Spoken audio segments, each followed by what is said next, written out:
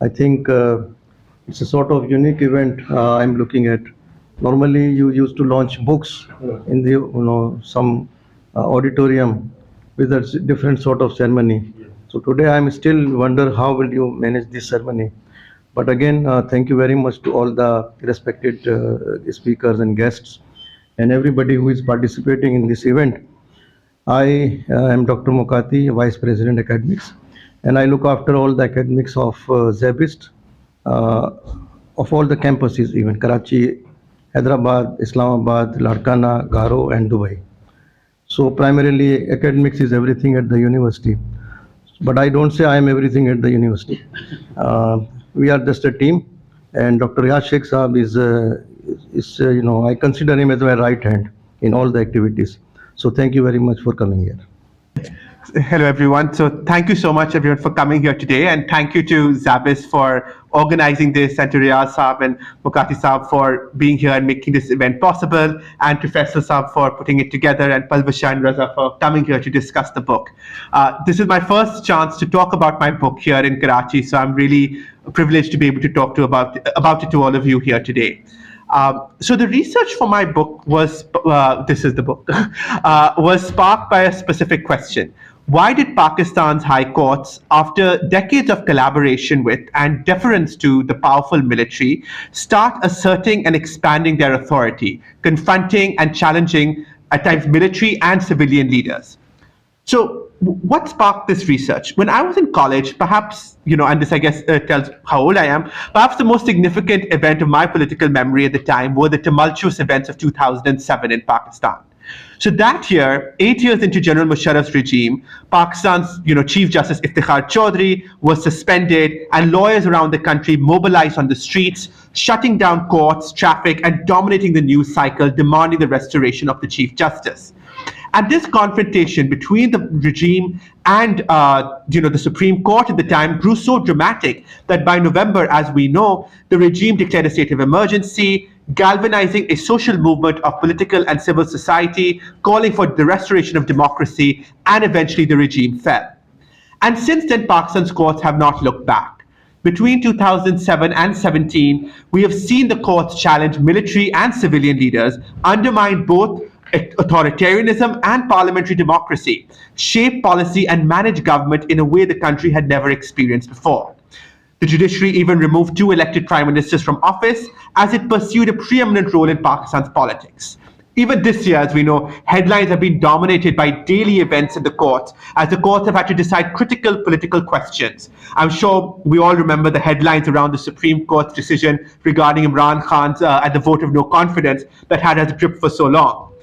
And so the emergence of the judiciary as an assertive and active center of power has been perhaps the most consequential feature of Pakistan's new political system. And so what I want to do try to do in this book is understand the emergence of this politically ambitious, activist, and confrontational judiciary. And in examining this transformation in the role of Pakistan's judiciary, I think this book can contribute to a blossoming literature on the sources of judicial assertiveness, both in Pakistan and across the world. So in my presentation, I lay out for you just first my broad theoretical argument and the process that I argue unfolded in Pakistan. The main argument I put forward in the book is that the shift in judicial assertiveness in Pakistan is best explained by a change in audiences with which judges interact, both individually and institutionally. So what I'm doing here is thinking about the working of the judiciary as an institution, and I argue that the judiciary converges on a set of institutional norms and preferences in response to the preferences of the institutions and networks or audiences with which judges interact. So what do I mean by an audience? An audience, for the purposes of this discussion, could be political institutions, civil and political organizations, or social and professional networks that are attentive to the decisions that judges make and among which judges have reasons to build their reputations. And so why do judges care about their reputations, right? Reputation building, I argue, has both material and non-material purposes. Materially, judges seek to advance their careers by gaining promotions, appointments, confirmations, and increasing monetary benefits.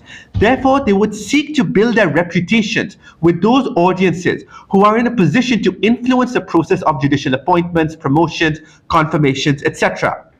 But non-materially also, judges care about those who they interact with and socialize and what they think of them, right? They want to be seen as able judges. And this is key to their own esteem and their satisfaction with their job, right? So the superior judiciary is typically recruited from different sections of the legal community, from different professional networks.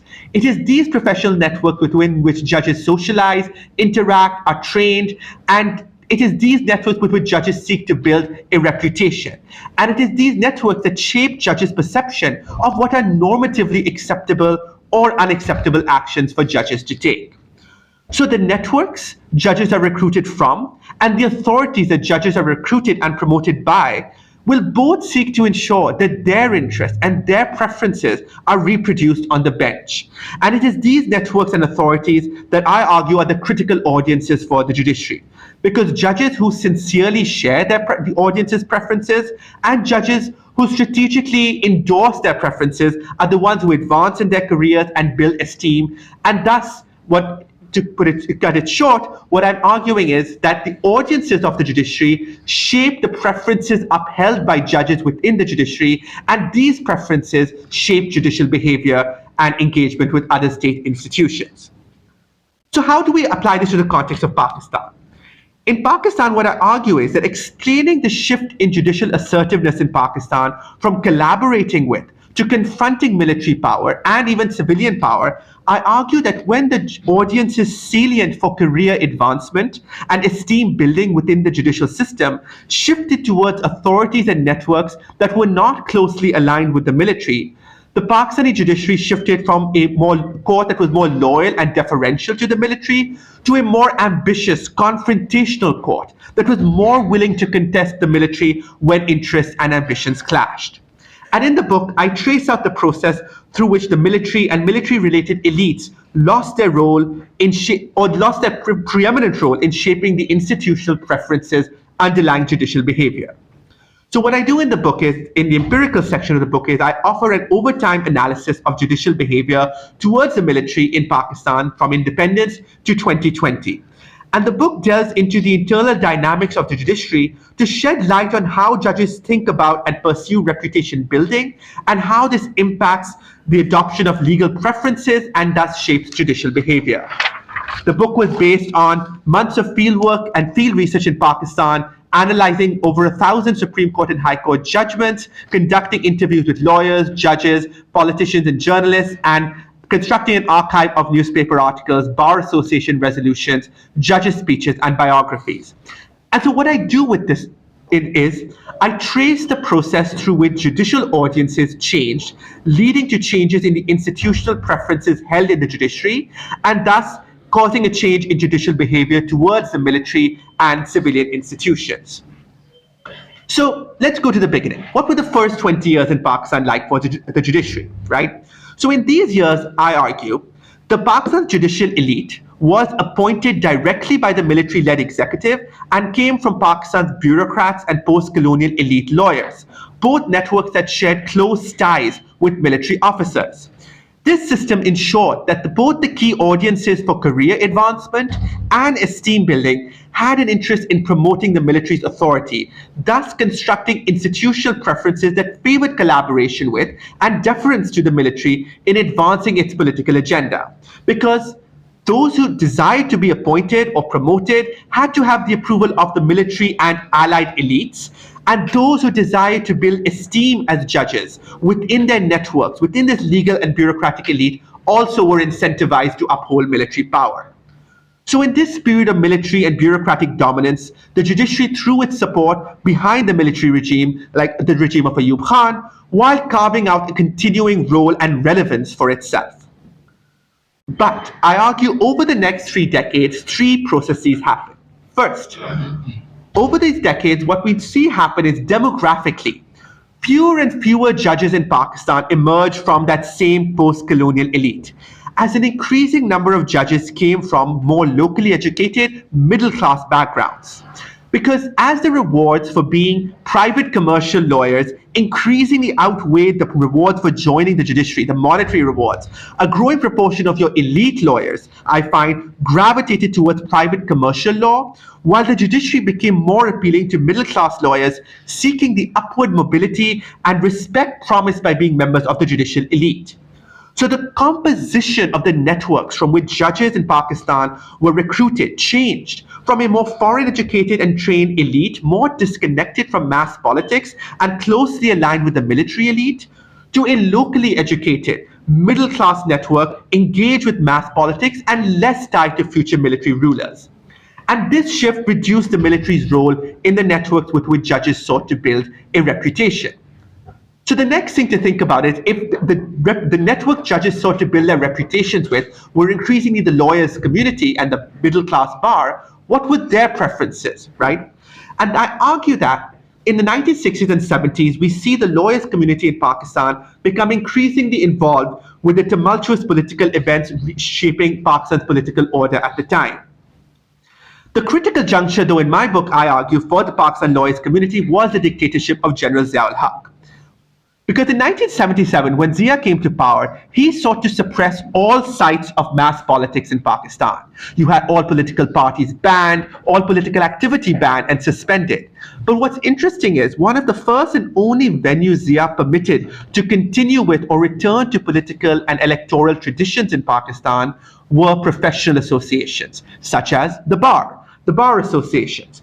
And the result was that bar associations became one of the few spaces available for political activity, political platforms, etc. And this gave a new visibility and relevance to the bar at the time. What's really interesting is for my research, when I looked at newspaper articles in that period, if you look at an article about the Bar Association elections in Karachi Bar in 1977, it's maybe 4 to 5 sentences long at most. If you look at it in 1979, I remember seeing all the newspapers had page-long coverage of the Bar Association elections. Why? Because it was one of the only areas of politics happening at the time. And that just gave the bar more relevance, more visibility, and thus became an area of interest for more politically active lawyers to join, to participate in more actively. And thus political workers became more involved in the bar, and the bar became the site of the development of an oppositional politics that challenged the military regime. And you saw in this period that the bar was turned into a vehicle for challenging military rule, thus helping entrench a norm of anti-militarism and political activism, increasing political activism within the bar. Now, after Zia's rule in the 90s, this political activism was increasingly translated into a broader agenda of socio-economic and political reform. An anti-elite elite consensus established itself within the bar. The focus of this anti-elitism was often a moving target, shifting between sometimes bureaucrats, sometimes generals, sometimes politicians. But either way, the sentiment in the bar was that these elites were corrupt or incompetent or repressive, and the judiciary's role was to confront rather than collaborate with these elites. And so, I hope maybe later in the discussion I can talk about some of the fascinating Bar Association resolutions and protests we saw in this time. But the key was that this consensus of political and judicial activism was entrenched through the bar associations in the major urban centers. And it was this legal culture and this legal community that were the critical audiences for these judges, because judges were being recruited from this increasingly active bar. The third process I talked about was the separation of the judiciary from the executive. The Constitution of 1973 first established the principle that the judiciary and the executive branch had to be separated. What this meant first was the practice of appointing judges from the civil service came to an end, meaning now at least 2/3 of your judges were now being appointed from the legal community, from the bar. Secondly, from 1996 onwards, the judiciary started asserting greater control over judicial careers. The Supreme Court in 96 reduced the executive branch's discretion in appointments, and from 2010, this executive control was further reduced with the establishment of the Judicial Commission to manage judicial appointments. Thus, the path to judicial selection now did not require quite as much of a reputation with the executive branch as it did before, diminishing the role of executive institutions such as the military in career advancement, relatively, of course. Secondly, as the voice and role of the executive branch diminished in this process, the role of the bar increased. Judges, being former lawyers themselves, increasingly consulted and relied on the advice of their fellow lawyers from their respective law firms, from their respective legal elites, and from the bars or from bar association leaders in making appointments. Thus, alongside reputation with chief justices, reputation within lawyers' community became an increasingly important consideration in this process of appointments. So by the late 1990s, this institutional environment of Pakistan's judiciary had been completely rearranged, and the audiences shaping judicial preferences altered.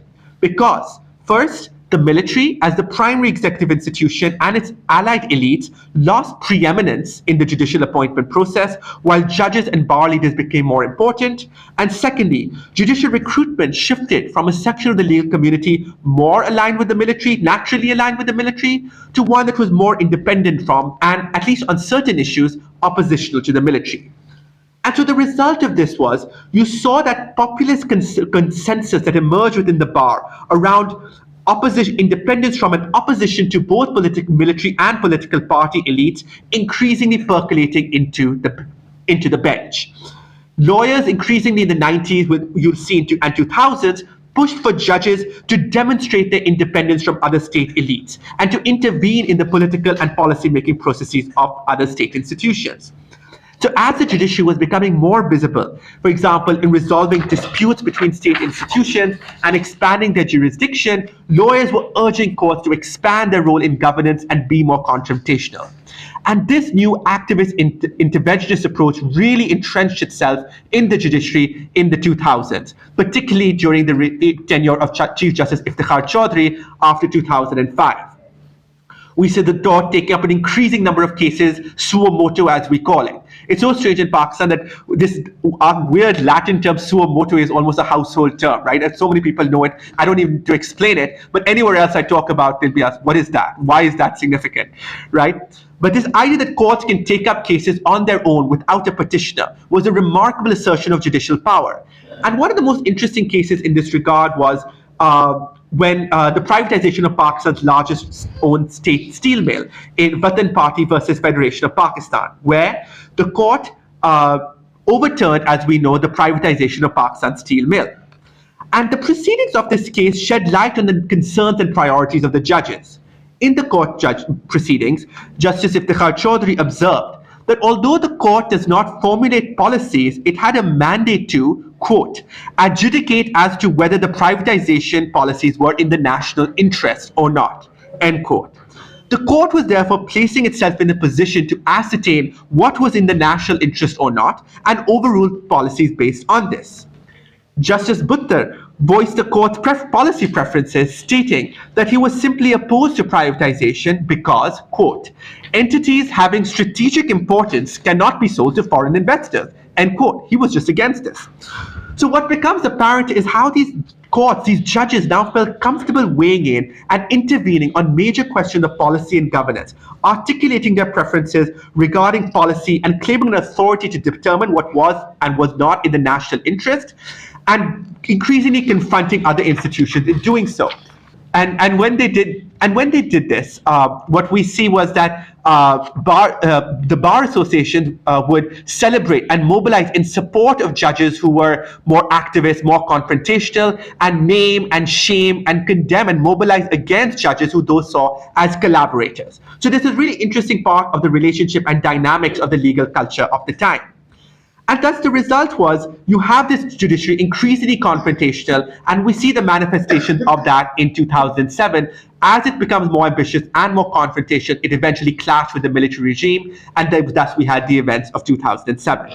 Because thus the 2000s were the era of this confrontational court, because the judiciary was unwilling to accept a role as being a mere instrument in another institution's supremacy, and was focused on establishing its own role as a power center, shaping the political and policy-making processes of the state. But importantly, while this explains the emergence of a more ambitious and confrontational court, this does not mean the judiciary became more democratic. Because since 2010, as we've seen, the courts increasingly intervene in every matter of governance, and in doing so, frequently overturn decisions made by political branches, undermine their authority, overturn their policies, and justify these decisions based on a critique of the corruption of the elected political branches.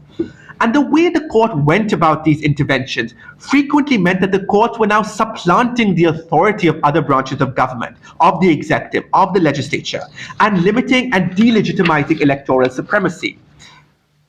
Thus, judicial opposition to both military and political party dominance shaped the judges' repeated interventions into regime structure, electoral processes, and policymaking. As one politician who I interviewed lamented, quote, "What can we do when all these judges all think they are messiahs now, all come to save the people?" End quote.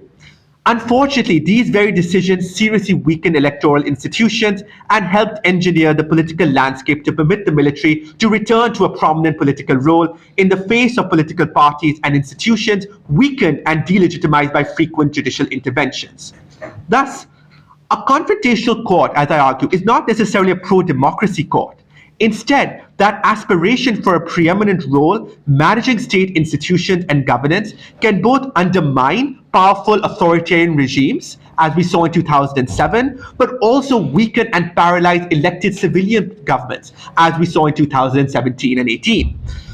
Thus, overall, the argument of my book is a change in judicial audiences is crucial for explaining the judiciary's shift from collaborating with to confronting military institutions and domination in Pakistan.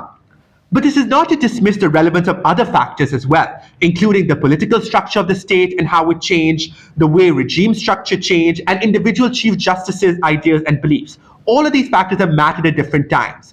But I believe the story of Pakistan's courts cannot be told without understanding this role of audiences, how they shape judicial preferences, and how that impacted judicial behavior in Pakistan. I'll leave it at that, and I look forward to your feedbacks and thoughts. Thank you.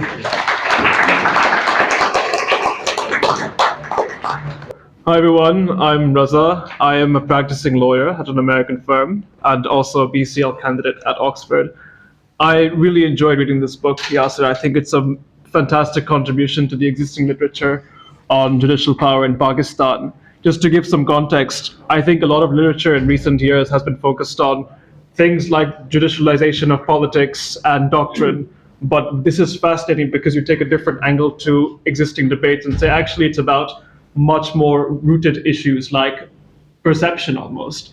Because when you mention points like we care about, or lawyers care about self-esteem, appointments, material and non-material factors, it gives a whole different perspective and enriches what we already know and what we've already been discussing. So I want to thank Yasser for that very important contribution, which I have not seen before this book.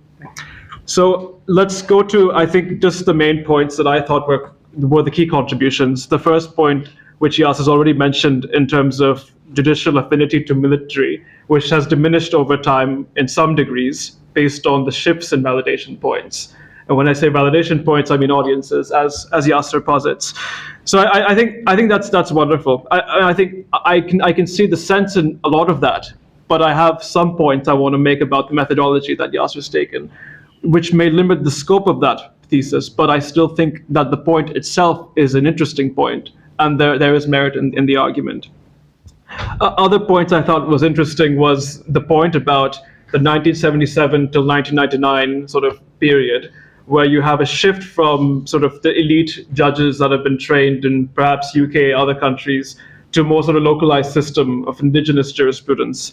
I think that's interesting because of the point you make about the shift from rule-based legal positivism to sort of outcomes-based jurisprudence, and that sort of came with the public interest litigation and sort of the more popular movements and the populist judiciary we saw as it became more comfortable with articulating its own echo chamber of power amongst other state institutions. The other interesting contribution I think Yasser has made is the actual sort of granularity with which Yasser has conducted his research by conducting interviews across the scale with different different stakeholders, judges, lawyers, journalists, media stakeholders. I think that itself is a difficult thing to do so many interviews over a period of time. So I think the qualitative impact of his works will be realized perhaps in the next few years. But I think that's itself something to be very happy with. Although I would say that these interviews that you've conducted are great because we only see judgments on paper and media articles on paper. But when you see things that are happening behind the scenes, I think that's much more illustrative. One comment, or at least worry I have with the current sort of, I want to say, social media and memification of court judgments and interim orders passing on to final judgments, is that when judges play to an audience based on what they see on the media, that can be a problem for the delivery of justice in individual cases. So I want to highlight my worry with it. It's not much with what Yasser is saying, but more about the implications of what he is saying. Because if our judgments in this court system are based on what people or media will perceive of us, then the judiciary just becomes another political institution, and that's a danger. Because judges exercise a specific role in our democracy and for the growth of our democracy. That role is to sort of uphold the rule of law and serve individual justice in cases.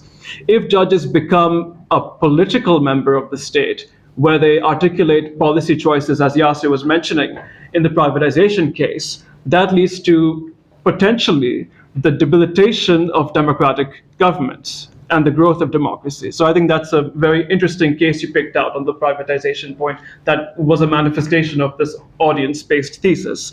Now, on to my criticisms of Yasser's book and the arguments. So let's begin with the project. Yasser's project is an ambitious one, which is to say that this shift in assertiveness towards the military is best explained by a change in audiences with whom the judges interact. I think it's an ambitious one because it's, in a sense, a sociological knowledge claim. What I mean by that is, to make that claim, you have to show what governs judicial decision-making, first of all. You then have to show the motivations of judges behind the scenes and where those motivations come from. And I think you can achieve those things through field research, through interviews over time, but there is a limitation in that these interviews can be anecdotal, can be based on recollection of things that have happened 50 or 60 years ago. So in that sense, that can be difficult to establish that claim with the sort of veracity in which you set out to do. But I don't think you go that far in saying assertiveness can only be explained by a shift on audiences. I think the better way of framing it, and which is what you do in your introduction, is by saying that you can't fully understand these shifts without accounting for audiences. I think with that argument, I'm much more persuaded. So I think you do acknowledge that point.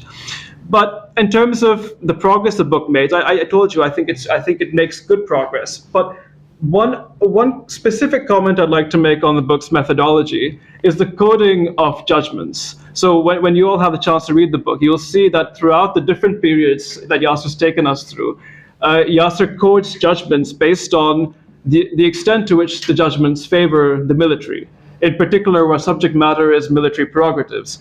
Now, I have a bit of a hesitation on coding judgments because I don't think judgments can be reduced to codes on a piece of paper. I don't think we can say this is green, this is white. It's never like black and white. So I think the binary between a judgment being pro-military or against military is a difficult binary to toe, but I see why you've done it because that's one way of making sense of what we've seen over the past few sort of decades.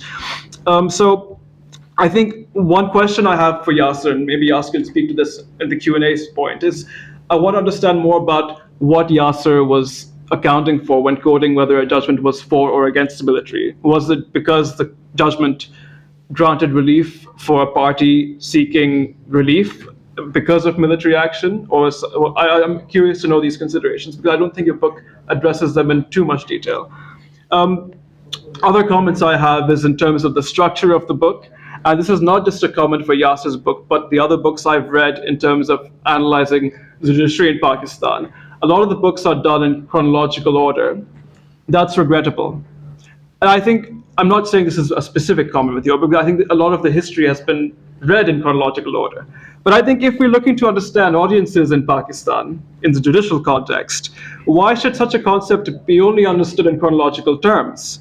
We could have maybe done this book by having a section on sort of the military as a stakeholder, as an audience, having another chapter on the Bar Association as an audience or a stakeholder, and then having maybe something on the media as well. So I'm only opposed to chronology because I think we can step into historicism. And I think judiciary and judicial thinking is different from history.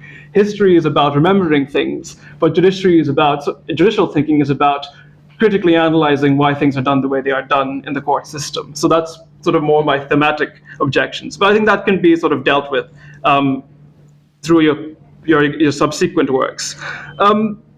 Another point I want to mention is one of the premises that underlie Yasser's book. And that the premise is interesting, that judges crave different kinds of legitimacy. And the one that we're seeing in recent times is a move from legitimacy in the sense of delivering just outcomes based on the rule of law to legitimacy based on routing judgments in populist language against elites. Now, I think that was an interesting point, but I want to say more of it. What do we mean by judges favoring one sort of legitimacy over the other? Is it possible for judges to also seek both kinds? Are they mutually exclusive? So I think I want to put this on the Q&A session. I think the final point I'd make in my comments is one of the prescriptions that Yasser brings in his conclusion. And one of the proposals that Yasser mentions is that, rather than judiciary being responsive to various stakeholders or specific stakeholders like the military or the media, what might be better is actually if judges are responsive to a diversity of audiences, taking into account multiple stakeholders that are representative of our democracy. I see the merit of that because the judiciary should be representative. I mean, that's the case across jurisdictions, not just in Pakistan. But I'm not sure if it has any obligation to be responsive. Judiciary operates in its own sort of ecosystem for its own purposes. If a judiciary is responsive, it goes back to my earlier points about the problems of when you have judiciaries emphasizing political or policy choices based on this multifactorial audience. I don't think a judiciary needs to play to the gallery, or any gallery. So that's sort of my final comment. But with that, I want to say, once again, Yasser's written a fantastic book, and it makes a notable contribution to the existing literature on the judiciary in Pakistan. So thank you very much. Very good.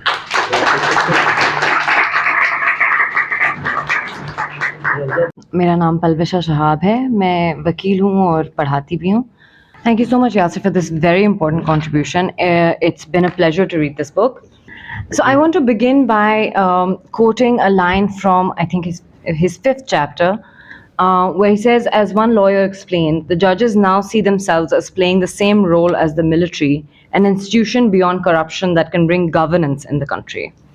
And I think this really talks to one of the main things that Yasser is addressing in this book. And what I would have really wanted to read more on, really, because this claim of being beyond corruption and bringing governance into the country can be problematized to no end, of course. And what is most interesting, as an implication of this line and of the key argument that you're making in your book, is that if you really think about it, this kind of power struggle that he's discussing throughout the course of the book between the military and the judiciary really reveals the fact that there is no ideological divergence per se between the military and the judiciary. It is essentially a power struggle for the sake of a power struggle. And this kind of will to capture governance is coming from a place of a lot of very similar rhetoric. For example, the use of the word corruption, the term anti-corruption, the term Islam, the term rule of law even. What do they mean to the military or to the judiciary? If we were to really look at the history that Yasser's described so painstakingly, it seems very clear that the judiciary is about as unconcerned, if not, unconcerned at worst and perhaps confused at best, about what it means to introduce or uphold rule of law in a country. When we're When we're looking at the military, of course, its own disregard for the rule of law has been very, very similar, and that history can really be traced in parallel. The kind of demographic changes that you're talking about in, the bench and the bar are also very interestingly mirrored in the military, right? The demographics of the military have, of course, also changed significantly.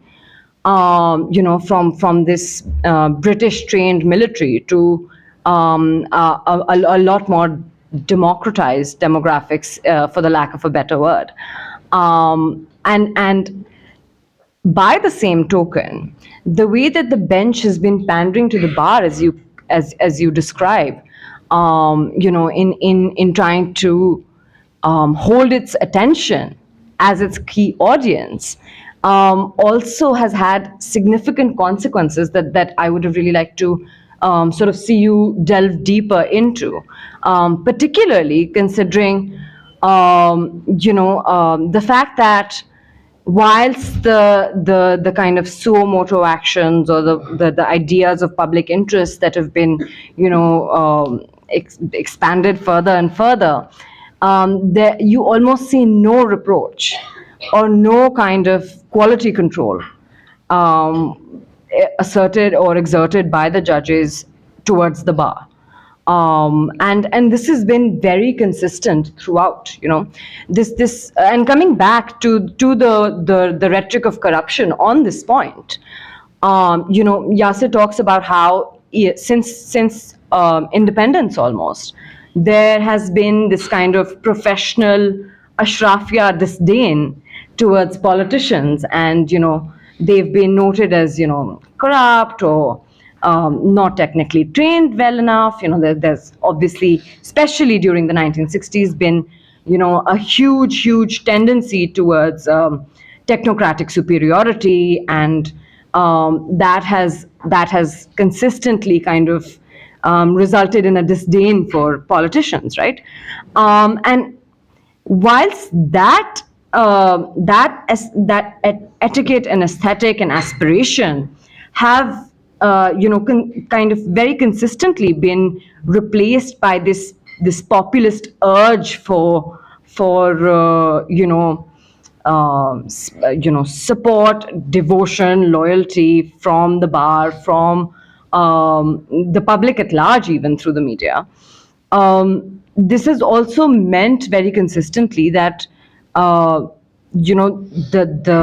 same kind of strut of the boot of the military that we've talked about, and an image that's so etched in our mind, is really come to parallel the Kala coat, and swishing out your lawyer's card whenever there's a police jockey or an airport check-in or whatever.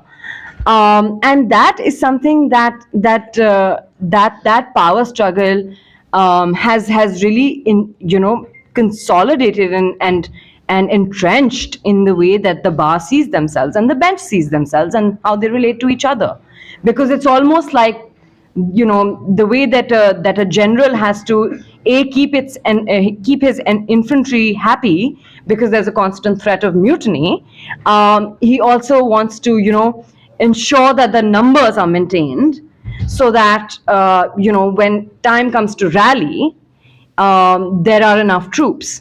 And that's very similar to what's been happening with the judiciary, and very much the same way that the bench has been aware of this constant threat of a mutiny. And of course, as you've mentioned, Iftikhar Chaudhry also got a little taste of it towards the end of his tenure. And those are things that are not just limited to this corruption, anti-corruption, technocratic supremacy sort of rhetoric. I think Islamist rhetoric has had a huge role to play in this as well. Just the way that the rhetoric has been absorbed and has come to really define how the demographic changes have occurred in the bar, the bench, and the military, is really fascinating to say the least. I mean, the way that courts responded to Zia's initial amendments to the law, whether they be, the zina ordinance or the blasphemy law or whatever it may be. And then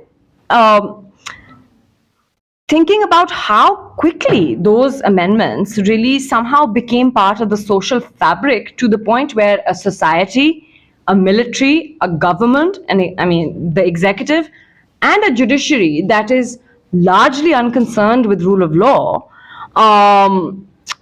comes to become obsessed with particular laws without being concerned with, putting them through the justice system, but just upholding them in some kind of mob reaction. Of course, the most blatant example of this is the blasphemy law, where you hardly ever see any convictions, but you see lynchings all the time. But another version of this is also, NAB, or the National Accountability Bureau, or several others. So these are just some of the thoughts that came to my mind as I was reading your book, and I do wish that, particularly in talking about the kind of reputational aspirations and intentions that the judiciary is carrying, I would have liked to read more about what that reputation needs to be, because it seems that technocratic supremacy, or grand command over the law or its doctrines, is not one of them, right? So then what is? What is the reputation that they need to maintain or want to maintain? And on that note, then, what is it that what is it that is ideologically or politically distinguishing them from the military or the executive? Because it seems like they're mirroring each other. And what I would also have liked to sort of see is what kind of consequences this then has for the future of these relationships. Of course, we've seen, some really, really, I'm really just going to use the word traumatizing chief justices in the recent past. And the way that rule of law is kind of just bent around. If you just look at the example of course, Justice Saqib Nisar is the obvious example, but also Justice Gulzar Ahmed. And the way that, CP9 of 2010, taking one Sabia Parveen case about one plot of land in central Karachi, becomes an anti-encroachment drive across the city. That kind of arbitrary, unilateral use and abuse of power, how are we relating to it, and what are the future consequences for this kind of urge for political power, for limiting the power of the military, and for maintaining this aspirational reputation? So thank you so much for making this incredibly useful and important contribution, and I look forward to perhaps hopefully seeing you engage with some of these themes in your future works. Thank you, Yasir. Thank you so much. As well as Raza and Palvisha for your comments. What I would really concentrate on is what I think is the central question in this book. And if you see page 3 of the book, that theoretical question is very clearly stated in italics. And the question is, it's a very specific question. This book is not about why there is a rise of judicial independence. It is not about the bar emerging as a very powerful audience for the judiciary. It is not about the conflict between the judiciary and the military. It is not about these generic questions. It is about a very specific question which Yasir states at page 3, which is, under what conditions do courts challenge powerful militaries? This is the question framed. So and his whole book is about answering this question. And of course, this question has two parts. The first part is a factual part. The second part is an explanatory part. The factual part is, have the courts challenged the powerful military? That's the first. And the second, this is a factual statement. Is this true or not? A lot of people say it's not true. The second part, of course, is an explanatory part, which is why has that happened, if it has happened. So, of course, Yasir has a specific explanatory tool. The central element in that explanatory tool is the rise of a powerful bar. In short, what he says is that now judges don't look to militaries as a crucial audience, but they look to the bar as a crucial audience. What would the bar say if I collaborate with with the military or take on the military? So that, in a nutshell, is his answer.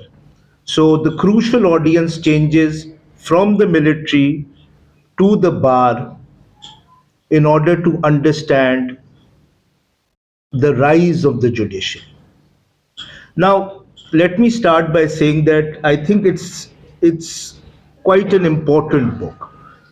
And it is important to say that, because when I engage in a critique of the book, don't think that I don't consider this as an important contribution.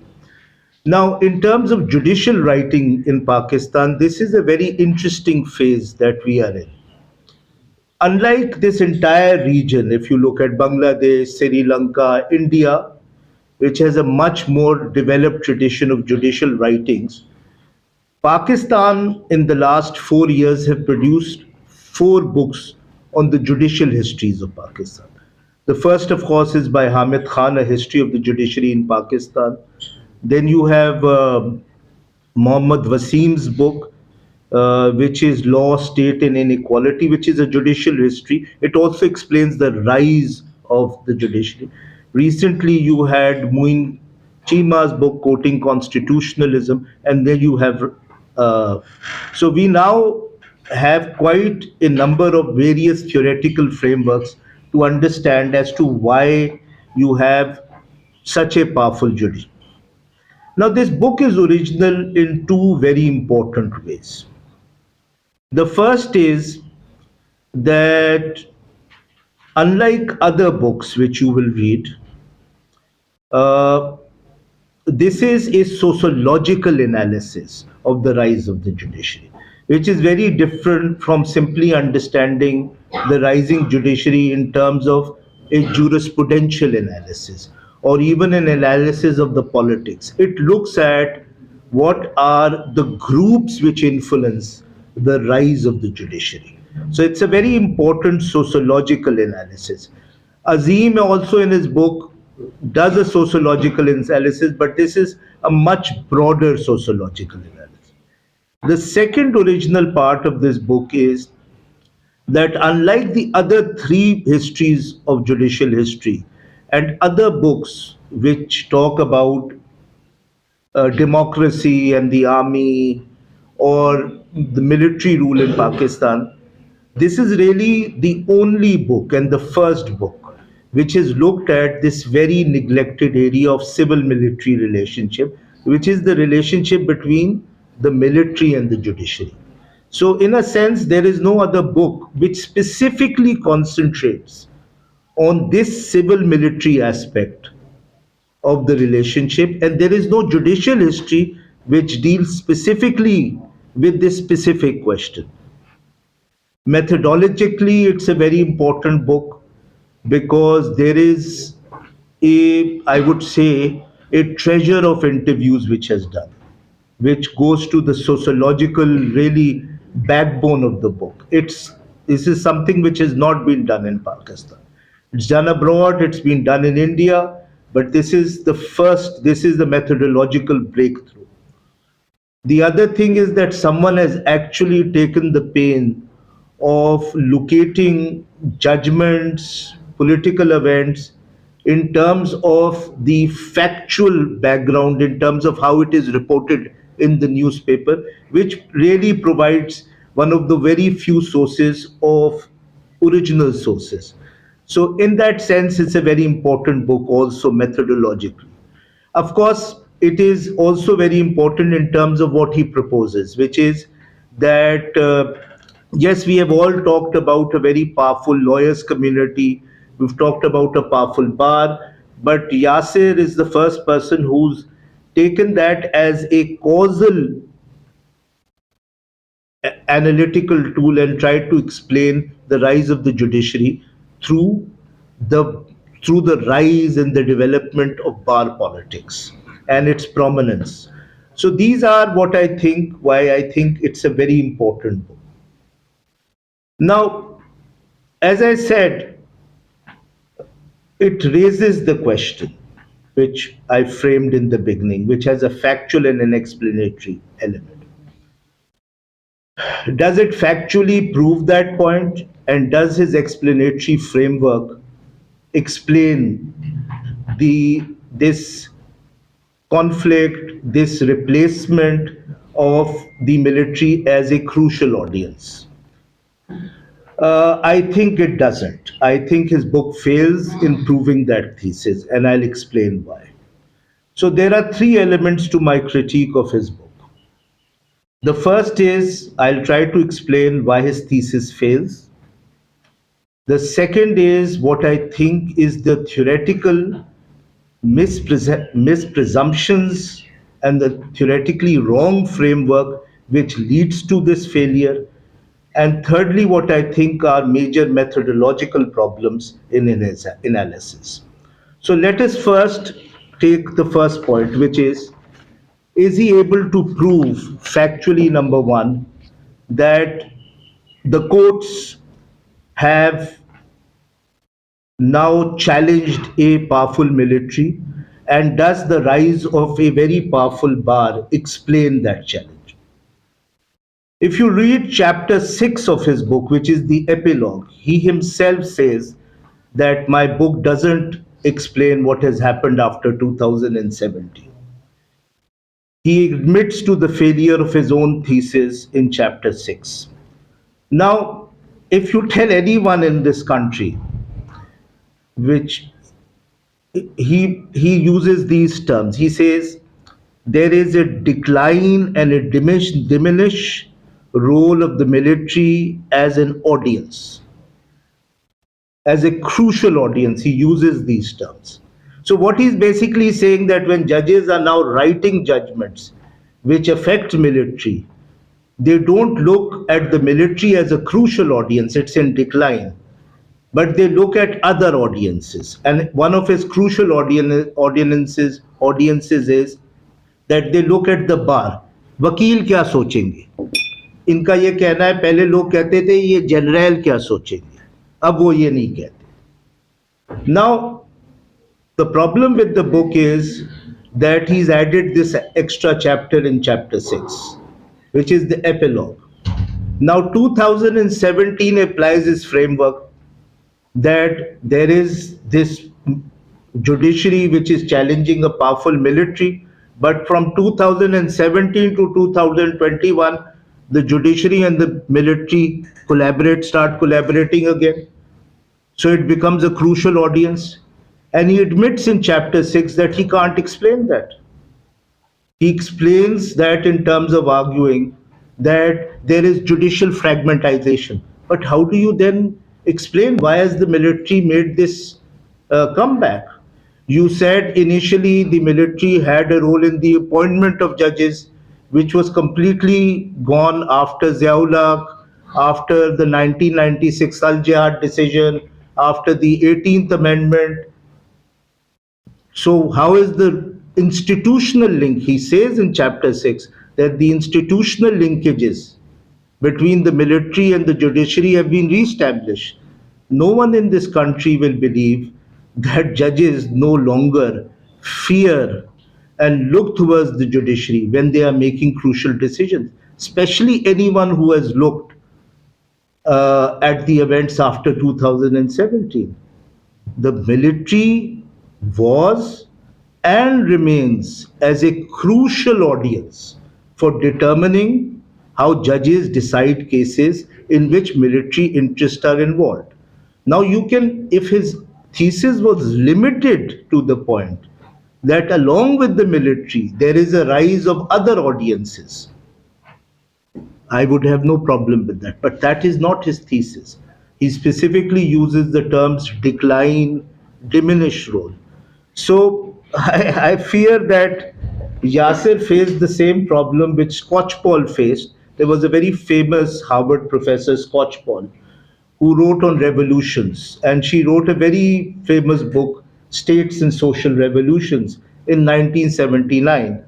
And her basic theory was that revolutions happen for primarily for two reasons: where there is a fiscal crisis and where the countries are involved in wars. And she explained the Russian, the French, and the Chinese revolution.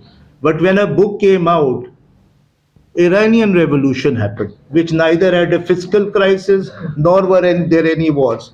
So what happened? I think what happened with Yasser is that when he finished his book on 217, Saqib Nisar happened, and Gulzar Ahmad happened. Now these are mysteries of history, so I don't blame you. So if we limit his contribution to saying that the bar has emerged as an important audience, then he's right. But to say that it has in any way diminished, replaced, reduced the importance of the military as an audience simply because they are no longer involved in appointments, they are not recruited from the same class or social group as the judiciary, which I think is wrong. They are recruited from exactly the same middle classes with the same values. So I think that's the problem. To say that, the way they have recovered the military as an audience is because they've engaged in surveillance. They've always engaged in surveillance against the military. The kind of repression which the judges experienced after 2007 was unprecedented. It is nothing compared to what they've experienced after 2017. So you can't explain that through that. Even in terms of his explanation before 2017, I think he's wrong. Yes, we have the rise of a very powerful judiciary from 2009 to 2017, which is this period. But you can see even there a collusion between the judiciary and the military. Even during that period, they were still a crucial audience. Remember Keani's phone call to stop the lawyers' movement in 2009. Remember Memogate. What was the Memogate about? It was about Pasha and Keani. Nawaz Sharif wearing the black coat, going to court. Remember the removal of Gilani. Remember who actually was behind the NRO case. We know who it was. So, there are so many instances. Remember 2015, the military courts. The court upheld by majority the military court, although there was a polarity of opinion. There has not been a single trial, let alone conviction, regarding human rights violation by the military in terms of enforced. Everyone knows who does this. So to say that the military has now been replaced or its role has been diminished, I think it's wrong. What has happened is that you have collaboration between the military and the judiciary, but you also have increasing conflict. He likes to go on one side, that's the problem. So there are other issues. I think he gives too much importance to appointments. Who appoints, when he appoints is really not important, but I won't go into that. I want to give the audience. Let me just come to my second point, but do read chapter 6 and you'll understand why he himself says that there are problems in my thesis. The problem with his thesis arises because of theoretical problems. So his theoretical framework is wrong. His theoretical framework has a couple of major theoretical problems. The first is that, like a good Oxford thinker, he likes to think in terms of non-contradictions. So either the military will have a diminished role in terms of the judiciary or the same role, and someone will else will. So it can either be or. What he doesn't think about is that contradictions coexist. As Walt Whitman said, do I contradict myself? So I contradict myself. You can have the relationship between the military and the judiciary where they collaborate as well as fight to the extreme at the same time, and that is what we've seen from 2009 onwards. Judges collaborate and also pick a conflict with the military. So in terms of non this approach of trying to eliminate contradictions is what creates problems. The second theoretical problem in his book is that what we call in social science an overemphasis on agency. Marks ने 18 ब्यूमेर में कहा है कि men make their own history but not in circumstances of their own choosing. लोग आज़ाद नहीं होते.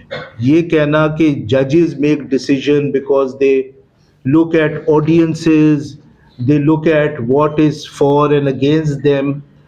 People have limited agency in terms of power structures. There are larger forces at work. There are patterns of history at work. There are structural elements at work. So there is this, his whole thesis is a cultural thesis.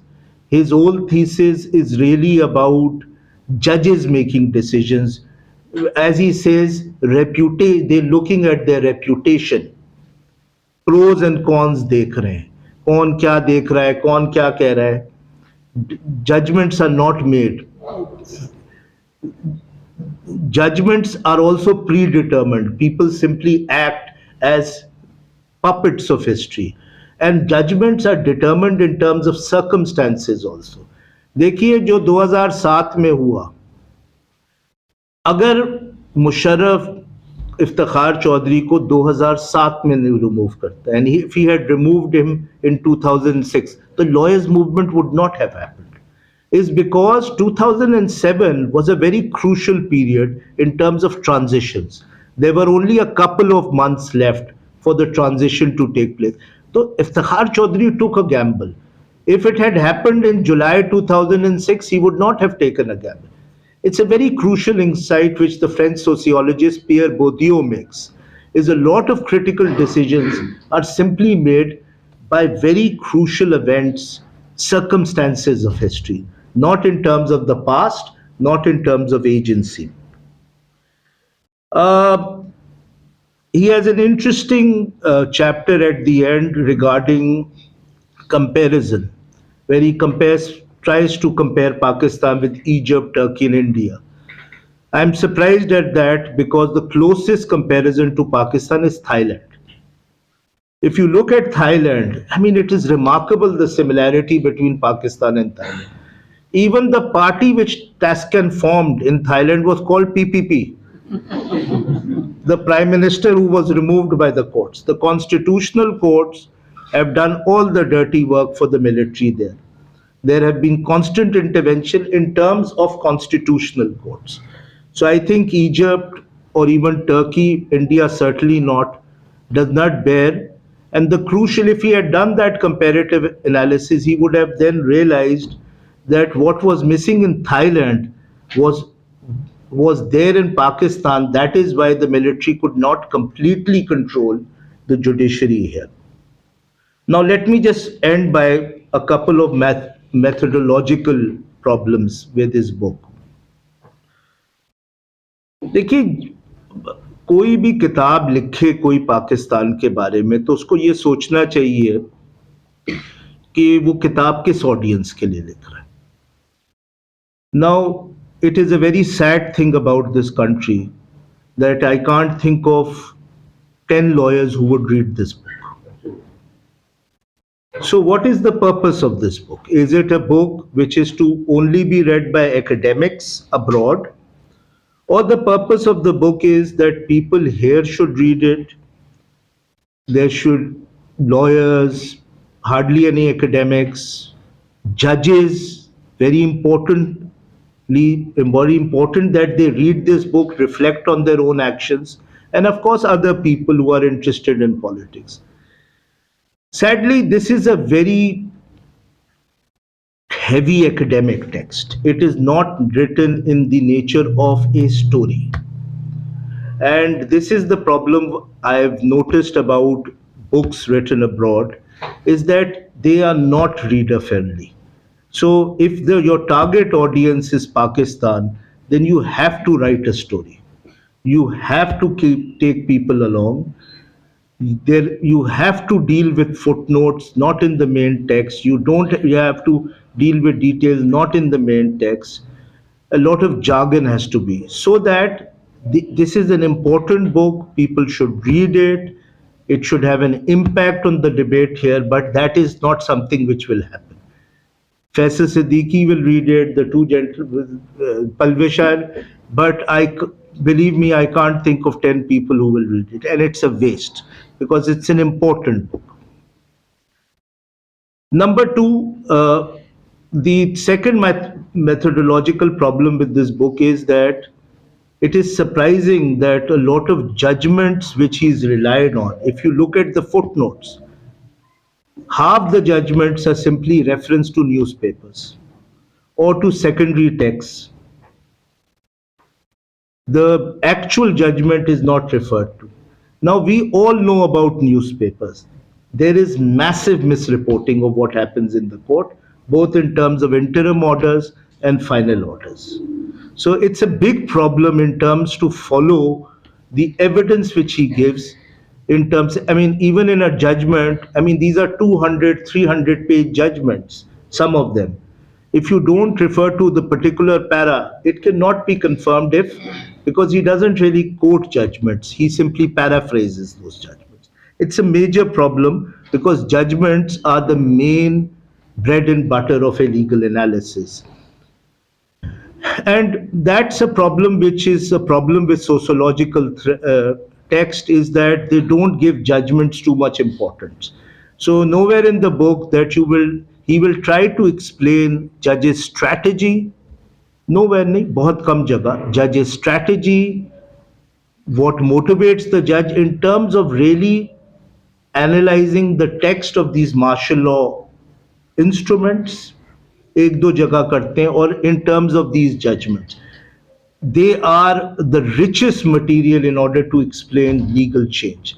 And the books I've read on judicial history completely ignore really this rich material and rely really on sociological material, which is important, but the texts are critical both in terms of law and in terms of judgments. Interviews are a crucial element in his book, but the problem with interviews is that for purposes of confidentiality, he doesn't tell us anything about the interviewer. So he gives a comment about a particular period. We don't know who this person is. You don't give the name of that person, but you tell us about his credentials. Why should we believe what he's saying? Was he there? Did somebody tell him? How did he come about this statement? Then a lot of these interviews are about opinions of lawyers. Why should we take these opinions seriously? What is their authority? He quotes a number of judges, either some by name, most by unnamed. Now, you can understand the, diminished value of these interviews, that you will not find a single judge he's interviewed who has been honest enough to say that this judgment was because of the pressure of the military. Now, what is the value? Why should we believe these judges in these interviews who talk about rule of law and lawyers and never really discuss, even in terms of confidentiality, never say, and we know this, that there are judgments which were procured under pressure of the military. So unless you give some description, I'm not saying the name, really the value of these interviews really cannot be assessed. So it is an important contribution. Don't make the wrong presumption because of my critique. A critique is made of text which makes you think about issues. You don't critique a text which has no value or which doesn't make you think. But ultimately, he has to rethink his thesis like any good academic in terms of any critical feedbacks which he gets. Thank you, Ji.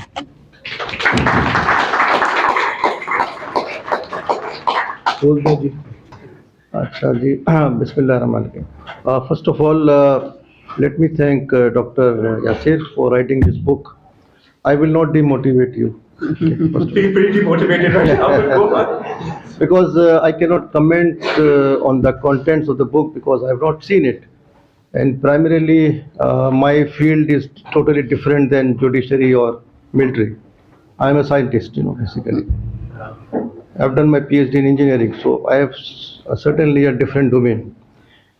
I also very much excited today to see the lawyer and the judge. At least I know one judge sitting here under this roof.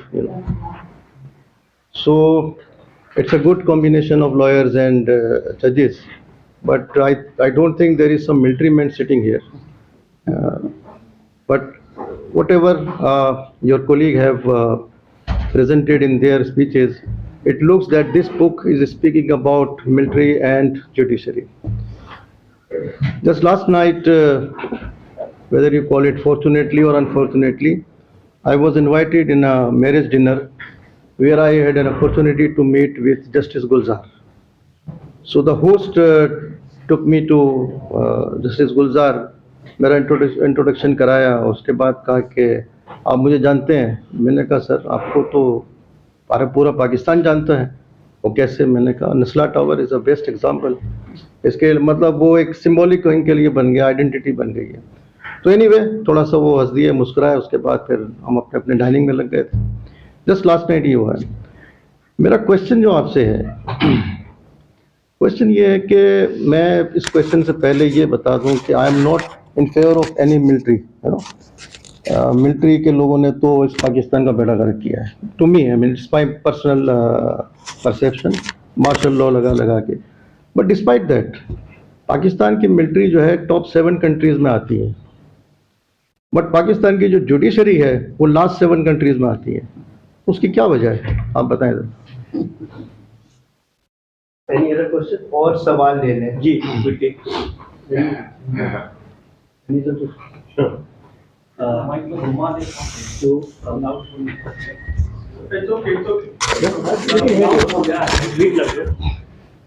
My question is, why there's a need of this linkage between the military and the judiciary? And I think judicial supremacy is something that cannot be studied and discussed privately, like keeping others responsible. Right? Judicial intervention, there might be some cases that actually there was a necessity that the judiciary intervened in different institutions. My question is, why was this link much important for you that you study this military and judicial supremacy along each other? और any ji. So I would be Bit interested loud. in knowing, sorry? Bit loud. Louder. So I would just be interested in knowing the panel's thought on why is it that we see increasing trend of our politicians running to court with every problem that they have. And if we, as you pointed out, that our courts, our judiciary do not have the kind of agency that one might think they have, why do our politicians very quickly rush to court? Think about it. The layman in Pakistan probably knows our chief justice's name. In other countries, in the UK, you ask a layman what the chief justice's name, they wouldn't know about it. But our courts are very actively involved in politics. It's because the politicians in Pakistan run to courts with their problems. Why do you think that is the case? मेरा ये question जी बोलिए. मेरा ये question है कि we were talking about so moto cases and the Pakistan is famous about that. But don't you think कि so moto ये साकिब निसार और इनके दौर में जितनी पब्लिसिटी उसको मिली, जितना कवरेज उसको, and they were getting thrill out of it कि वो इस हॉस्पिटल में जाके किसी को शेयर कर रहे हैं, उसको कर रहे हैं, they were getting such thrill out of it, they get addicted to this media. So don't you think that judiciary को itself decide करना चाहिए कि they should not every day, they should not be in the news all the time? Breaking news. So I would like to ask something. Ji. I would rather like to comment something, if I may. My name is Anas Saifullah. I'm presently serving as civil judge and judicial magistrate. Besides that, I'm a visiting faculty over here as well. Couple of things. I'll try to be as concise as possible. I absolutely agree with whatever Faisal Saab has commented. And taking that view, first of all, the judgments, the perceptions, they are subjective. And when the perceptions are subjective, you cannot claim that this judge has actually belonged to this mindset. And if you need to see what kind of the perceptions we have seen in the case of Musharraf, with a three-member bench, one was in the favor of a conviction and two were in the favor of otherwise. So judgments are basically subjective. Me being a judge can tell you that. And like Reza Saab said, that how did you basically codify the judgments? Because the judgments are subjective. The classic example is when the Supreme Court announces any judgment whatsoever, one political party thinks it is in their favor and the other political party thinks it is in their favor. So the interpretation is very important. And when we talk about the interpretation, it is basically a mindset that is operating at that particular instance. Then another thing, when we are talking about perception, from south to north, we are having different social, cultural, economic, and most importantly, political dynamics. The dynamics of the Sindh High Court is different from the dynamics of the Lahore High Court, and the dynamics of the Balochistan and the Islamabad High Court are different from there as well.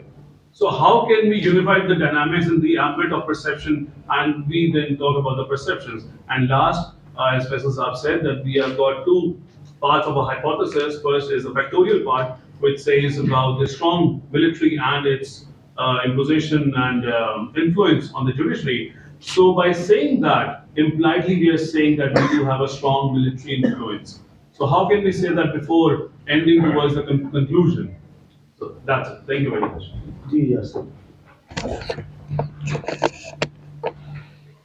And yes, last thing, your basic perception is about the apex court, about the higher judiciary, not the subordinate judiciary. Yes, absolutely. Yes. Even otherwise, sir. Speak for the judiciary. So thank you so much. Thank you to Reza, Palvisha, Faisal, and everyone for your questions and your comments and your thoughts on the project. I'll start with Reza since he, with his very, thank you for your. So to start with, because I think some of these questions overlap with, for example, what the civil judge said and what Reza said about how I made these decisions about looking at cases and how I coded them. I will be honest, coding, the reason, so when I did my dissertation, I relied a lot more on sort of having a quantitative analysis with that, which is what I coded the cases for. But I realized exactly the limitation that both of you rightly pointed out, which is that there is a lot more subjectivity in judgment. So how much you rely on using quantitative coding of judgments to make an assessment of trends in the courts is limited. So what I did in the judgments when I analyzed them was I would look at judgments pertaining to the military over time from the superior judiciary, as you rightly said. And what I did was that I basically looked at each of these judgments. I read the judgments, not the newspaper articles on the judges, but the judgments themselves. And in these judgments, I saw that there were, I would basically look at to what extent they challenged or basically which, what interest of the military was at play in that judgment, and in what way was that interest either upheld or not upheld in the judgment, as it were. However, there were deep, as you both rightly pointed out, there are complicated ways to study that. Often judgments take multiple positions. There may be some ways in which they uphold the military's interest, in some ways they don't. And these kind of subjectivities matter. And which is why I realized that while I'm using this, looking at a trend over time, because there are limitations to using this kind of binary coding of whether a judgment is for or against the military is limited, I made my reliance on that analysis limited simply because of the points that you pointed out. And therefore, I'd rather focus more, at least when I move from the dissertation to the book. And this is one of those lessons we learn as academics when we move from PhDs to writing books, to rely on multiple streams of evidence and we put more on sort of the actual discussion, the content of the judgments, and discussion of newspaper articles, and just generally what Professor Saab pointed out at the beginning, which is to get a sense of what was also happening in the courts at the time, and as well as the interviews, etc. Right? So kind of putting together multiple streams of evidence rather than relying simply on that coding, right? On the question of chronology, I see your point. I think it is a great point. I think we should move beyond looking at books writing purely in historical analysis, and in future I hope to do that differently as well. I wrote this book like that because the question I was asking, but I definitely see the value of looking at the court, different audiences and their relation with the military differently, and in some ways that might address some of Faisal's concerns were with the book in terms of how it seems to create an either-or relationship between the audiences, which I think is something that I will reflect on shortly in my comments. I'll to go to also some of the Palvisha, your points, which were very, very useful. I think that you're absolutely right, and in some ways you foretold some of what I'm trying to do now, which is that I am trying to do a project now on looking at judicial populism and what it is, right? Really conceptualize it, develop it, and I'm working with scholars from other countries on this idea of judicial populism. And I think, you mentioned about really trying to understand what it means to capture government, why these, and I think you mentioned this point about technocratic superiority and populist superiority, right? And what we are finding working on this project is how the idea of technocrats and technocracy overlaps significantly with populism.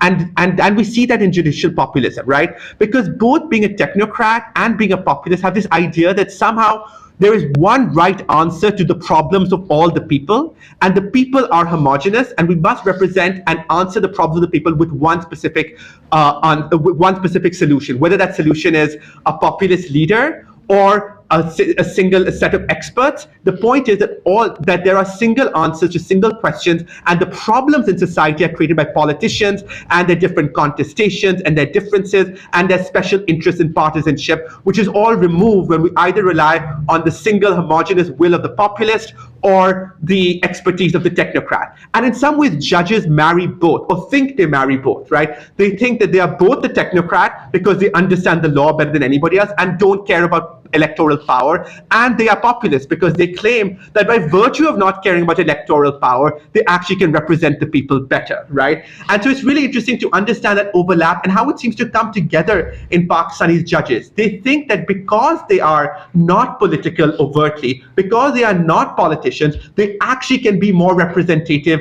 and responsive to the people's interests. And that's what's really interesting about, I think, what we're seeing happening in Pakistan's courts today and among Pakistan's judges. And something, therefore, it's a really good point that you brought up. That is something that we are trying to explore. I'm trying to explore even further after this project. And I think it brings for the importance of thinking, therefore, when your reputation building is not based on sort of the law or the doctrine, what is it based on? And that's something we want to I want to explore further. If judges start thinking of themselves as representative rather than sort of interpretive or upholders of the law, but representatives of the people, what does that do to the way in which they act, operate, and interact with other centers of power, and can delegitimize and deal with electoral branches as well? So these are really important points to think about. As you rightly note, I don't get enough into the question of religion in the book, but that is a really important one as well. I'd like to answer the question that you had pointed out about the judiciary and why it is regarded so lowly. And I think this goes maybe is an important point because there's this question about judicial reform, right? The question is, why haven't we seen significant judicial reform to bring up the status of the judiciary, as it were, right?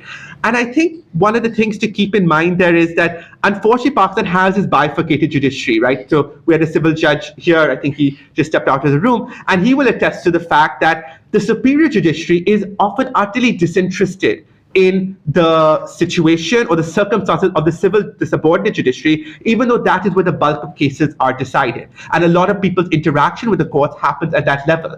But the superior judiciary solution often is, rather than reforming the subordinate judiciary, let's find ways to procedurally bypass the civil judiciary and bring people directly to the high court, whether through public interest litigation, suo motu, writ jurisdiction expansion, etc. So the emphasis has not been on legal reform, judicial institutional reform, but on giving superior judges more power to take more cases, etc. Right? And I think that's why we've seen that lack of reform, which continues to cause problems for the people as well.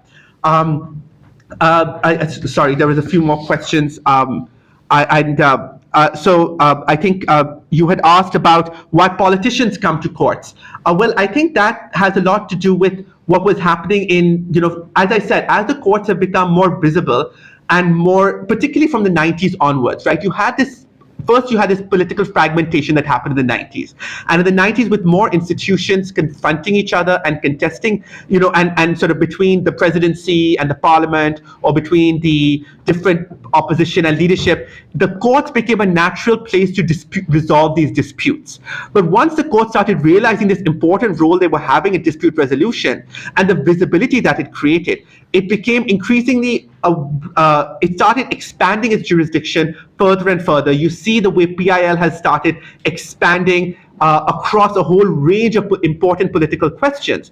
And what that means is, therefore, that the courts have made, through suo motu, through being able to intervene in questions of political disputes in areas of governance, through public interest litigation, the courts have courted a very interesting relationship with the media, right? They've given themselves a certain, which goes to your point, right, which was they've given themselves certain increased visibility, and they've learned how to use decisions to chase that visibility. So one of the interesting things that happened in the 2000s was, with Iftikhar Chaudhry especially, was you'd see reports come in the media. Iftikhar Chaudhry would pick up a case based on those reports. The media would report favorably on him doing that, and the courts would become more popular. He had a good intuition about how to do this. I think Gulzar did not have as good an intuition about how to use this power.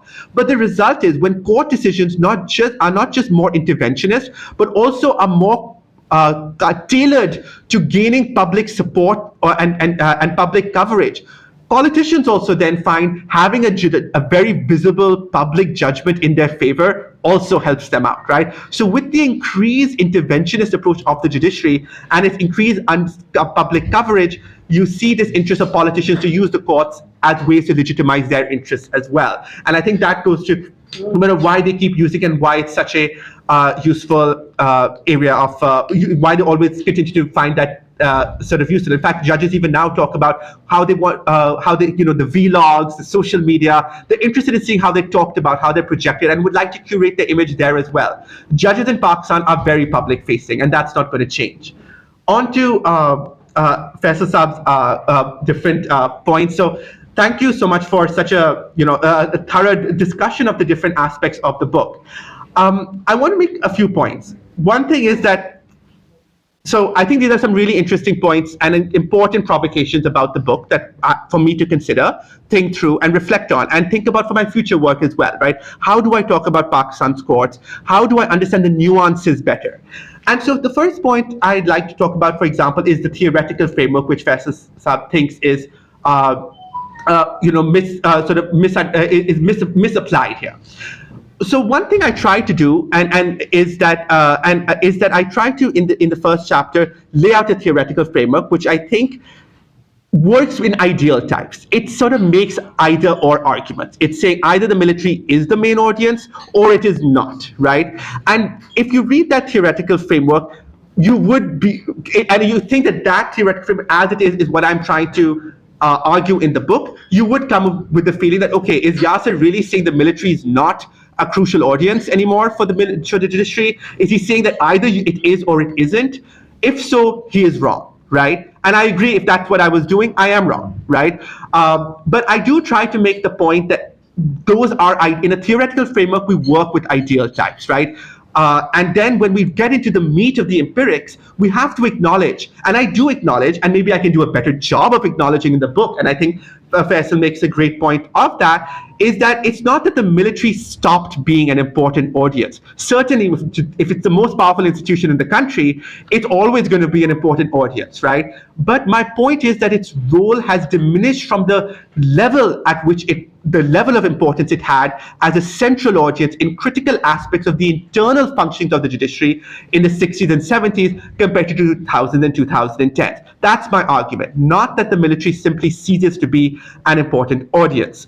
And in fact, if I give that impression, that's my bad. And I hope those of you who read the book, and I hope more than 10 people in Pakistan do read the book, they will see that. And if not, that's in my writing, and I hope in future writing I will make sure that doesn't happen. On the other point about how the framework seems to fall apart in the epilogue, and how I say I have no answer. Obviously, I would push back because I want to defend my book, but I don't think I say it doesn't have an answer. Professor, you pointed out the question, right? If the question is, under what conditions does the court challenge politically powerful military? My argument is simply that in 2017, over time, not overnight, the conditions changed. The conditions started changing, right? The ways in which the military was able to infiltrate into the judiciary expanded. I'm not saying that, and you make a good point about 2007 and surveillance. In the court, let me get to that in a second. But I think it's important to think about the fact that conditions changed in 2017. So why shouldn't those conditions change the internal workings of the judiciary? And my point is simply that you start seeing that change.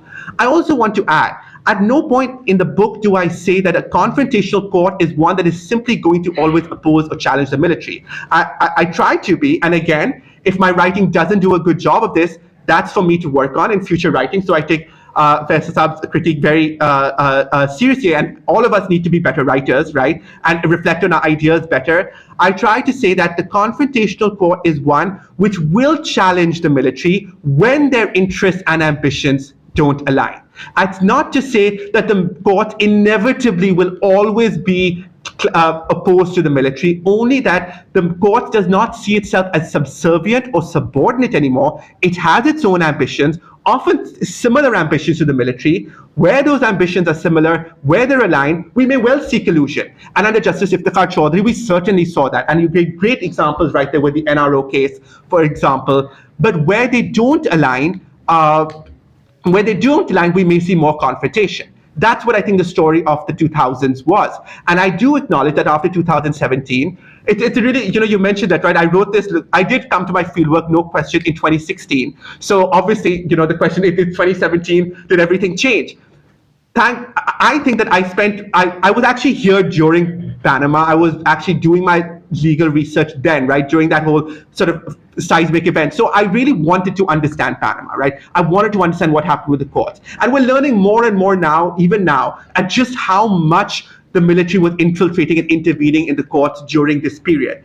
But my point is that but my point still, I think, holds that the conditions change. The military's ability to intervene more directly in the internal workings of the judiciary increased compared to, say, the mid-2000s, the mid to late 2000s. That doesn't mean they didn't have surveillance in 2007, but I'm sure Professor Saab would be the first one to agree also that in 2007, even though there was a great deal of surveillance happening, the surveillance agencies themselves were fragmented on what they were doing with the judiciary at the time, right? So sure, there's one intelligence agency going hard after the judiciary, but there's another one that's not, right? And we know this today. We knew this then, right? The judges have also said this to me. So we know that this was happening. So it's not the same time. We don't have, even if in 2007 you have surveillance, it's not working the same way as it did in 2018 in the level to which it has moved into every aspect of judicial behavior, or did in 2018-19 onwards.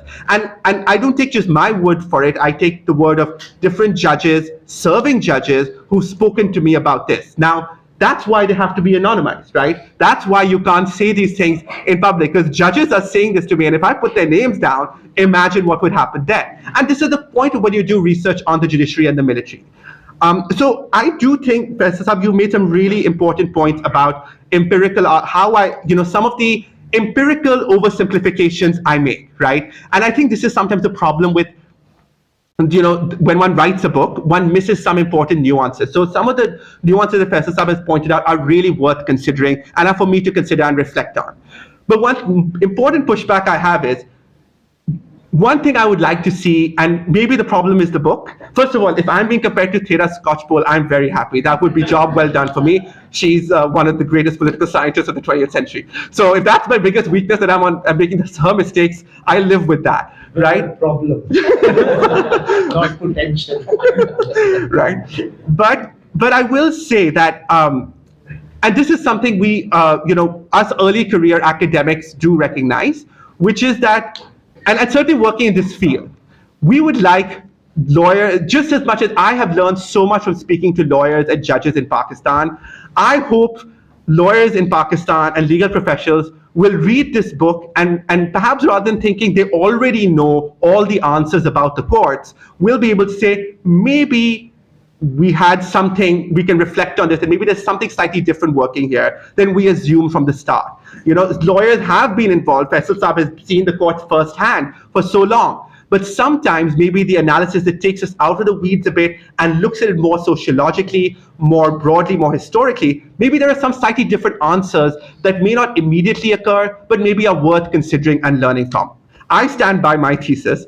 I stand by the ideas in it, but I take the points that Professor Saab has made about how I can refine it and improve it and reflect on it for further research as well. But I do hope the same goes for the lawyers of Pakistan, that they will read this book and feel that there's something for us to learn, and maybe something that we thought about the court is not as true as we thought before we read the book.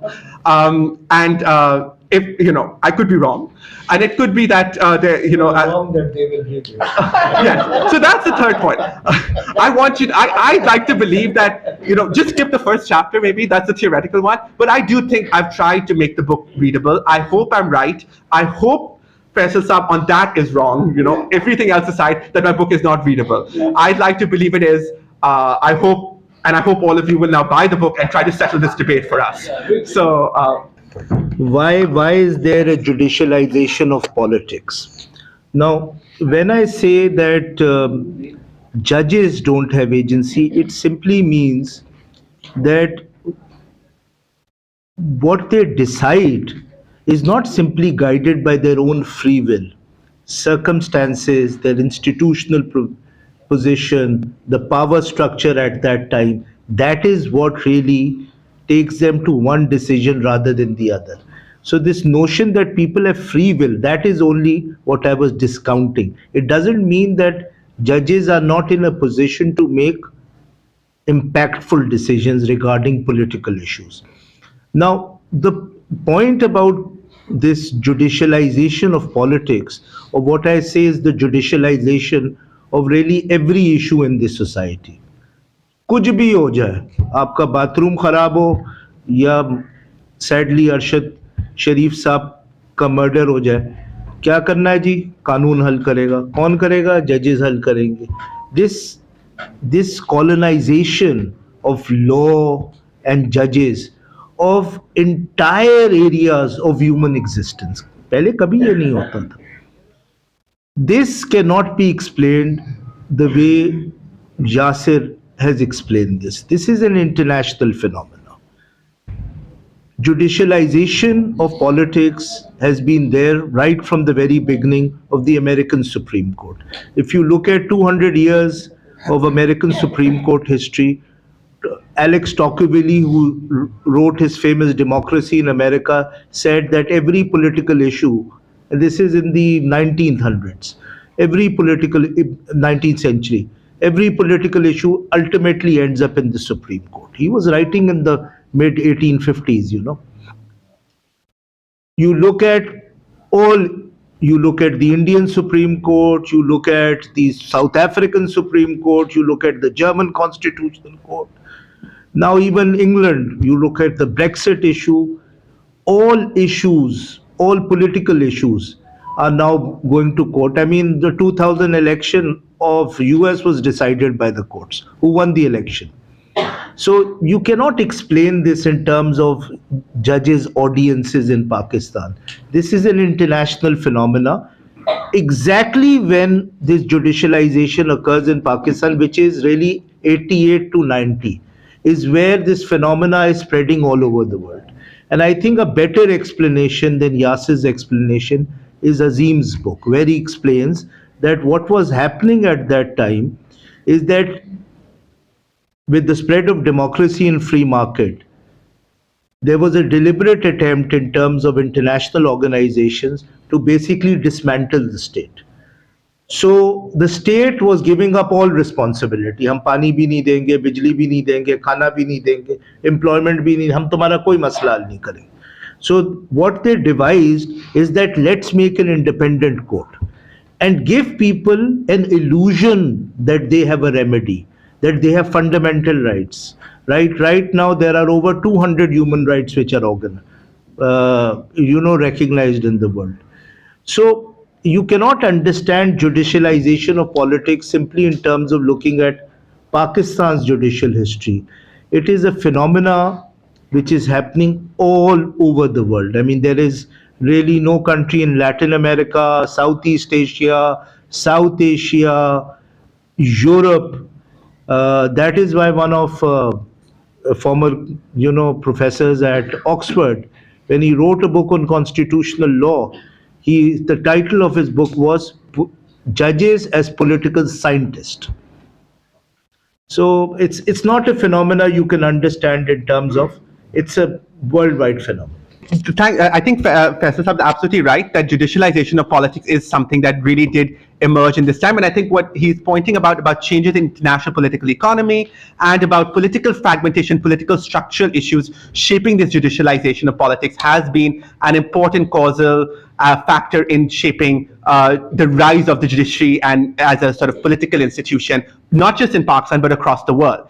I will say, though, that there are two kinds of analysis we can do about explaining judicialization of politics. So one is a very macro political one. Here's the political structure of the state. Here's how power balances have changed, and therefore here's the space that the courts have now got to operate. Or here is the change in the political economy of the state. It's moved from being sort of bureaucratic to regulatory because of the liberalization of the economy that Faisal Saab pointed out, and this creates more space for judiciary to operate.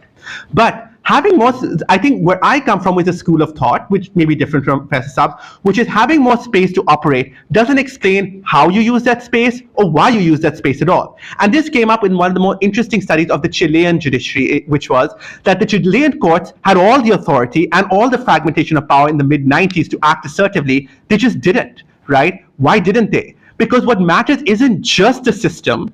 What matters isn't just the macro structures, but what we call the mesostructures, the institutions themselves, right? So we can't just, my argument is, we can explain some of what courts do by looking at macro structures of politics, but we can't just explain it by that. We also have to look at the judiciaries themselves, their ideologies, their ideas, their preferences, etc.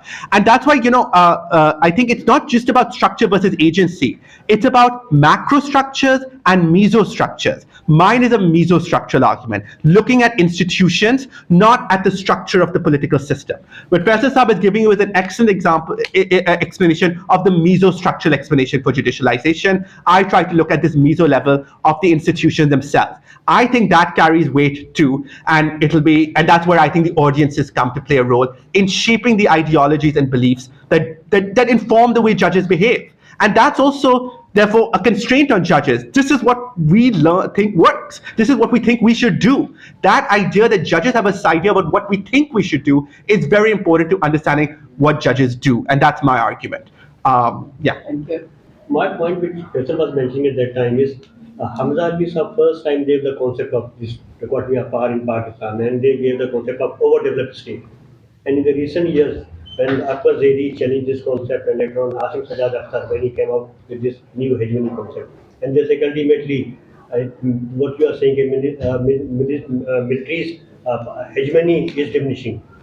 But after looking to what happened in at least in recent years, ultimately we are thinking on the same line. When a person is coming out with this argument, overdeveloped state in different shape is there.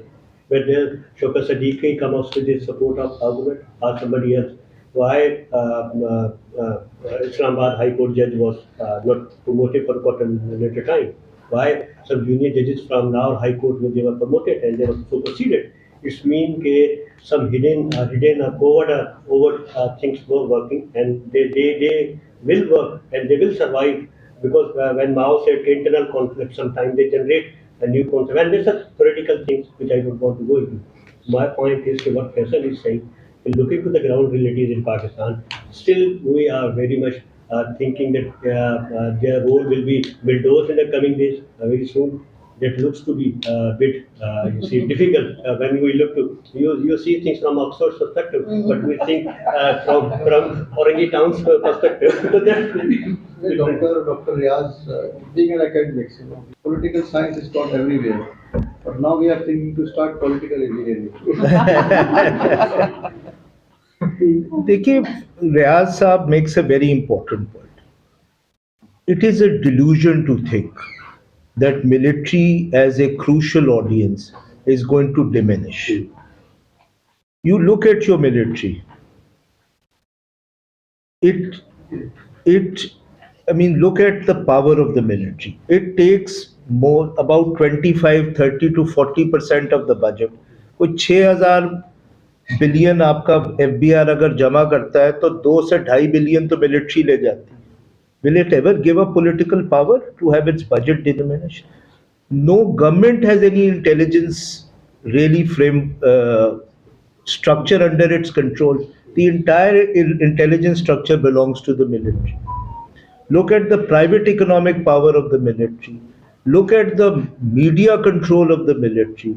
Look at how it serves the interest of an international system in terms of being involved in these wars. This military is going nowhere, and this military is going nowhere as a crucial audience of the judiciary. What is happening is that this collaboration between the judiciary and military will continue, but their conflict will also increase. Because as Yasir rightly points out, the judiciary now has other audiences. That the military as a crucial audience is disappearing, as he says, is being lessened. None of this is happening. What the military has done throughout its history, and which people mistake as some kind of a decrease in their power, is that they completely change in order to remain completely the same. So they did not impose martial law in 99. They made Musharraf the chief executive. They had no military courts. They had a civilian cabinet. That is not what happened in 77. In 77, they suspended the constitution. They didn't abrogate the constitution like in 58 and 69. In 2007, they suspended the constitution in terms of the judiciary only for 45 days. It's the shortest military rule in Pakistan's history. So when it comes to their own political power, this is a very intelligent institution, and it will keep on evolving depending on the circumstances, depending on the challenges from the judiciary, from the political elite, from the media, from civil society, but it is going nowhere. And I don't see it being held accountable in the near future. Thank you. Thank you very much for all. Sorry, I'm just a very small comment. While I completely agree with you, sir, I do think that I think towards the second last or last chapter, Yasir does talk about how while the military is here, there are additional audiences now at play, and they are significant. And I think this really plays into how there is such a sort of similarity in the way the judiciary and the military are acting. Okay, the military is also becoming increasingly populist, right? The kind of budgets that are going into media productions and this, that, and the other, while of course, I mean, even during the times of PTV and all, they were always there, but the kind of intensity with which they are being thrown, the kind of the kind of dedication to propaganda, the kind of central role that the ISPR has now taken, really says something about how much the military is also looking at itself as a populist leader. And I think it is reacting to, and then this is very important to recognize in both the military and the judiciary, reacting to an internal crisis. There are, while the military may remain important, what factions of the military gain supremacy or gain agency in a particular moment really has something important to contribute to that moment or to that confrontation. Thank you. Thank you very much for all discussion. Very hot discussion, hot talk. But really, it's a good thing. At least academic work, whenever they come, ultimately there's antithesis as well. So this will come up with this. Thank you very much. And these, Thank you, Ji. Thank you so much, everybody. Thank you, Professor Pandita, Raja, and everyone here for this. Thank you.